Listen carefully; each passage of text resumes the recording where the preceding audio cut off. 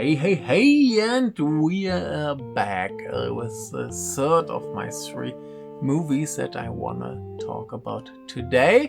And this time it's about this one, and I guess this covers already the best impression you can get about what it's actually about. It's about these three people having a good time, I guess.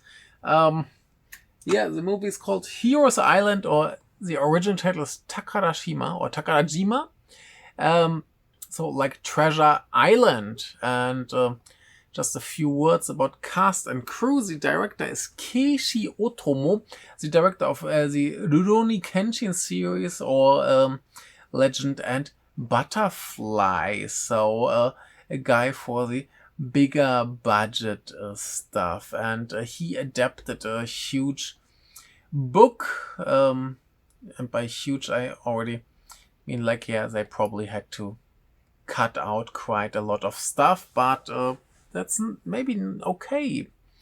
Then cast, we have Satoshi Tsumabuki, most famous for Fast and Furious, Tokyo Drift, or The Assassin, and World of Kanako. I would say Tokyo. You know the movie Tokyo, like 3-episode movie by 3 directors who are not from Japan, but it's all about Tokyo. Bong Joon-ho, Leo Kara, I guess, and Michel Gondry made this wonderful movie back in 2008. It's pretty great. You should watch it. We have Suzu Hirose, our little sister, Rage, or Kyrie. Some other very famous stuff. Crows Explode. I completely forgot that she's in Crows Explode. I should watch it again. We have Masataka Kubota, 13 Assassins, Cloud, First Love, and the Kenshin series. We have Eta Nagayama, a Blue Spring, Monster, Harakiri, 9 Souls, stuff like that. Of course, Monsters Club. With Shinya Tsukamoto, that was the first reason why I got interested in this movie. Of course, the guy who got crucified in silence, or had a nice pink towel in Shin Godzilla, or suddenly was a bodybuilder in a certain Takashi Miike movie. With Aoi Nakamura, most famous for Paranormal Activity Tokyo Night, and Kamen Rider Black Sun, which you should watch. It's very good. We have Kumitaki Uchi from Grateful Dead, or We Made a Beautiful Bouquet, and I feel like I just talked about her because she was in Futsu Kotomo. We have Shongen, the guy who's in every Okinawa movie. For example, A Far Shore. You can watch my video. It's on Saka. You can watch it there. A very good movie. But for example, he was in Sukiyaki Western Django as well. We have Pierre Taki, the guy who got in trouble because of his drug habits, but he's back in acting pretty big. He was in Shin Godzilla. Linda is one of the not as one of the Ramones, but he was in the same scene as the Ramones, the fake Ramones. He was in like Father Like Son, or Survive Style 5+, or Bullet Train Explosions. There's police outside. I hope you can hear that. Who else do we have? We have Eita Okuno, the guy from The Outsider. We have that's enough. Big cast, big movie, and we already talked about Kokuho. Now that was the national treasure, and now we have the Treasure Island, and both have a lot in common. Both are very, very long. Like Coco was like 170 minutes, this one is 191. Both span several decades of told story. Both have some kind of historical background, and both are based on quite big novels, and both are very good, I would say. This one might even be better, even though many people don't enjoy it, but usually the movies that people disagree on are better than the ones that all people agree on. That's why we used to say back in the days when we discovered IMDb, most like really good movies have a score around 6 or 7, not higher. Yeah. So anyway, this movie is set in Okinawa after the war, so it's occupied by the Americans, and nobody's really happy about this because you don't enjoy your home being occupied. And in the beginning we have this group of like Robin Hood style figures who enter the American base, steal food and take it out to give it to the poor or the people in need, and that makes them quite some kind of heroes. But on one of these tours, their boss basically, that's On, he stays behind, disappears, and that's it for him for now. And then we have these 3 main characters that you saw on the cover, played by Satoshi Tsumabaki, Suzu Hirose, and Masataka Kubota, who now have all their same, their own story, which would usually be a movie by itself. For example, Suzuhiro's character is basically the girlfriend of On, and now she has to kind of live her life while suffering the potential loss of her partner and hoping that someday he will be back. And we've seen a lot of movies about women waiting for their lover to come back, and worst case, there's a house that turns into a house and starts eating little girls, which is not that happy for the girls.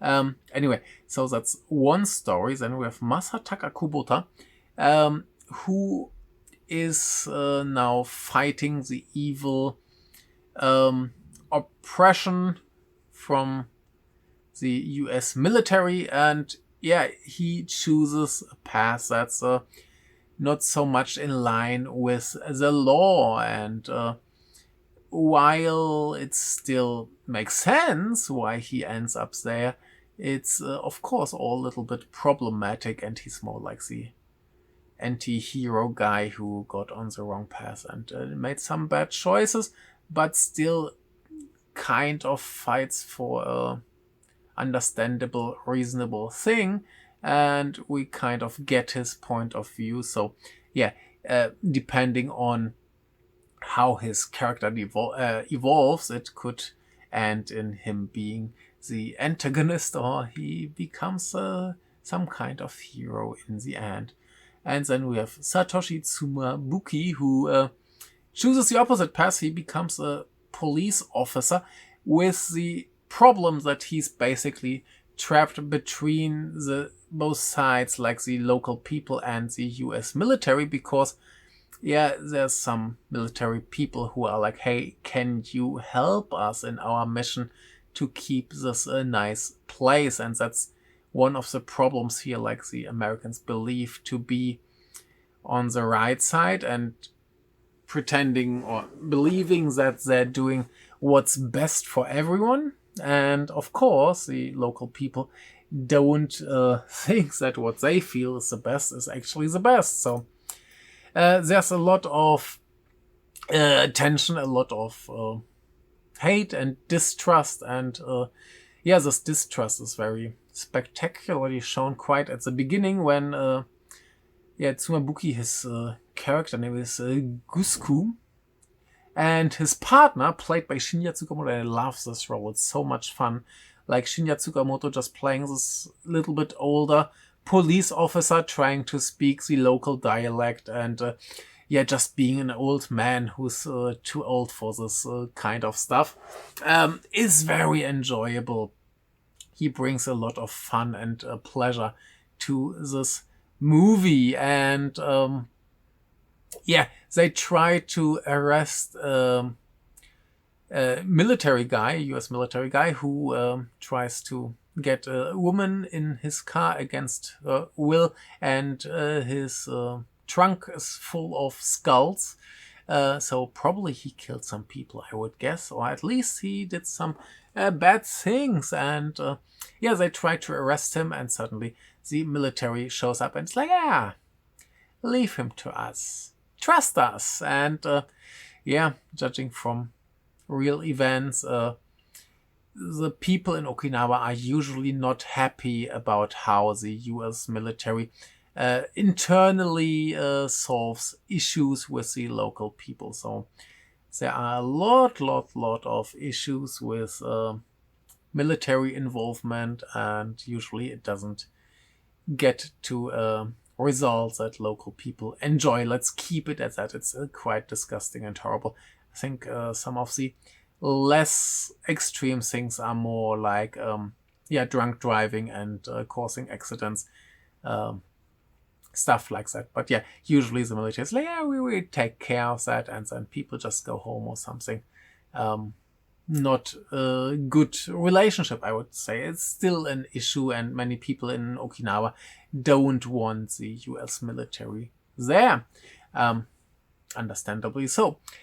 Anyway, so Gusku is now trapped between wanting the best for Okinawa and trying to help the US military to basically do what they think is best for Okinawa, and this doesn't always align.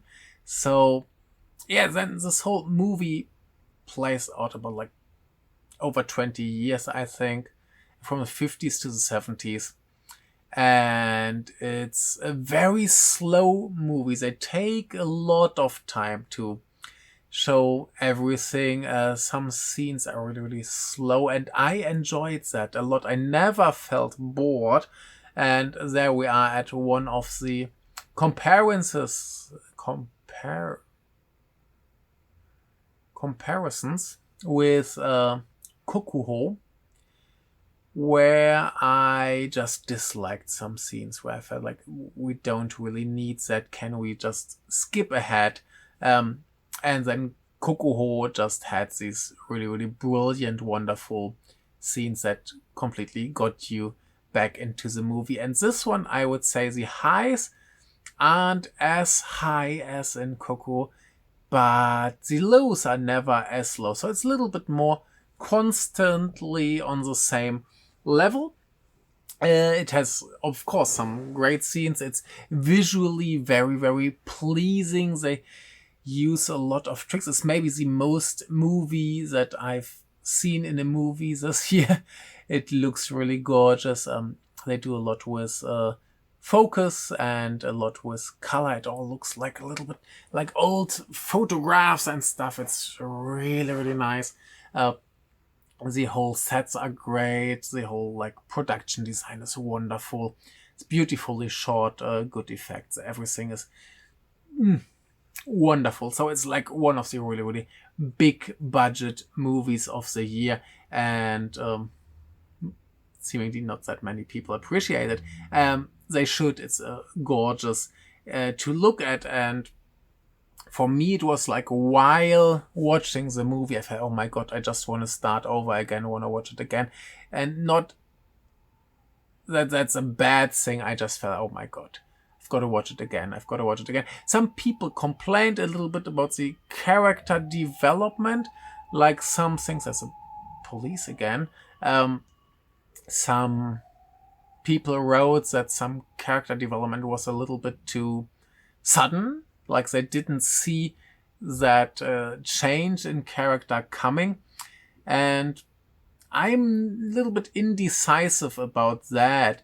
I'm not sure. Maybe there are some hints, I think. I personally was never really surprised about certain developments.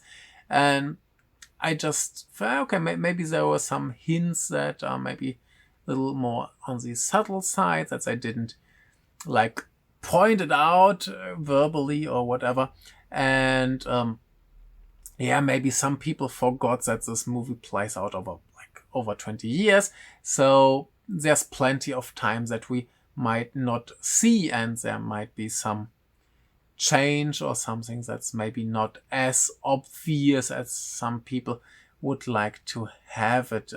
I would really have to rewatch it to have an opinion on this, or if it's maybe actually a flaw, or if I just say, okay, makes sense to me, and maybe there was anything to make sense. I don't know.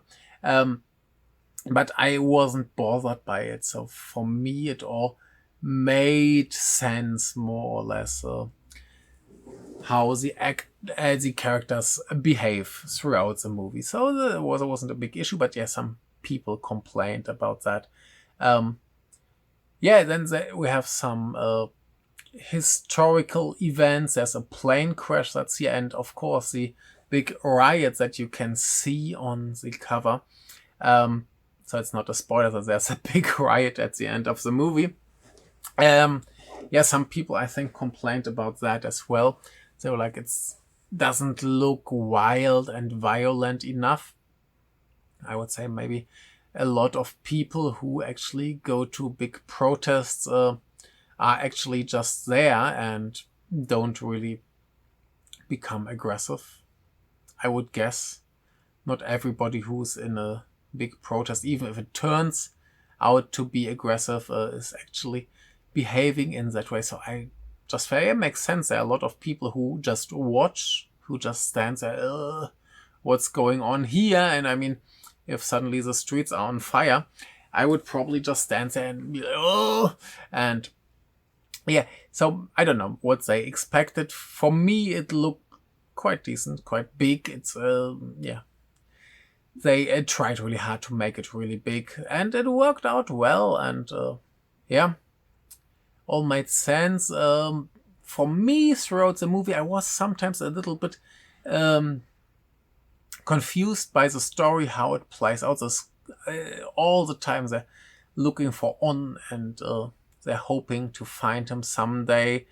And luckily for people like me who maybe didn't get all the clues, there's a big explanation at the end.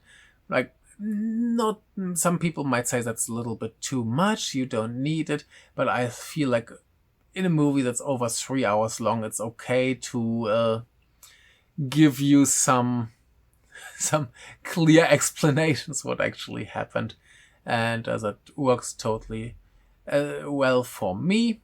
And I don't really have any big issues with it. I mean, it's still a big mainstream movie. I feel like sometimes it's maybe a bit too much for many people, a bit too slow, not enough action and entertainment. That's another fun thing in Japan, where they always advertise movies as entertainment, as if people don't come if they say, oh, this is actually art, like the dog. Where's the dog? Here's the dog. Here, art. Dangerous. Don't watch art. No, it's still a big, entertaining blockbuster movie. You have some very cool action scenes. I think Saori Izawa did some stunts too somewhere. I think she wrote something on Twitter. And you've got some good action. It's not an action movie. You got some good like crime suspense scenes, but it's not a crime or suspense movie. Like I said, it's like a big blend of stories. And in the pamphlets, they were like, oh, the real protagonist of this movie is Okinawa's history. And sounds pretentious, but makes sense.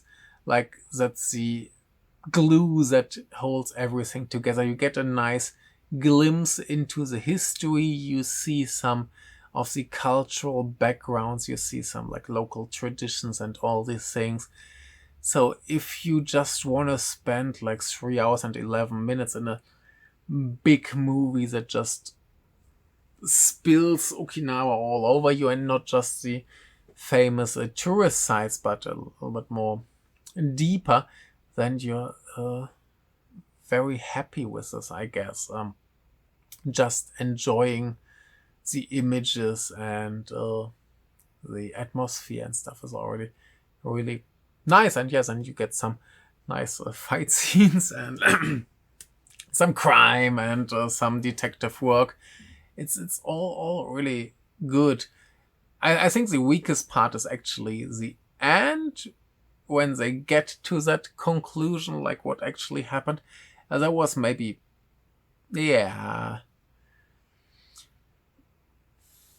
not the greatest thing in the world, but they were getting nitpicky. I think it's totally fine. It's a totally functional, nice enough conclusion to the movie, where all these stories suddenly come together. And yeah, it's like I said, I want to watch it again. I need to watch it again, and I will watch it again. And like I said, it might be better than Kokuho. At least for me, it's more interesting, because Kokuho I watched once and I felt, okay, I got it. It's a simple movie. I got the idea. I will probably watch it again for the visual aspects, for the kabuki scenes, to enjoy that again. But the movie itself, there's probably not all that much more to get. And I think here this is so full with other stuff, and there's so much going on, even though everything is going on really, really slowly. Yeah, it's probably the more rewatchable movies, the movie that will give you more reward for watching it again. And yeah, I just felt it's the overall more interesting movie. Like I said, if you want to be nitpicky, maybe the ending is a little bit, yeah, felt a little bit like we got to get to an end. But yeah, I enjoyed it very much. It's very interesting. And if it's just for Tsukamoto being the old man with the Okinawa dialect, yeah, it's good. I'm looking forward to rewatching it again. It's not an Oliver, but pretty high on my list this year, I would say. Anyway, yeah, that's it for today. Thank you very much. Have a nice time watching Japanese movies. Bye.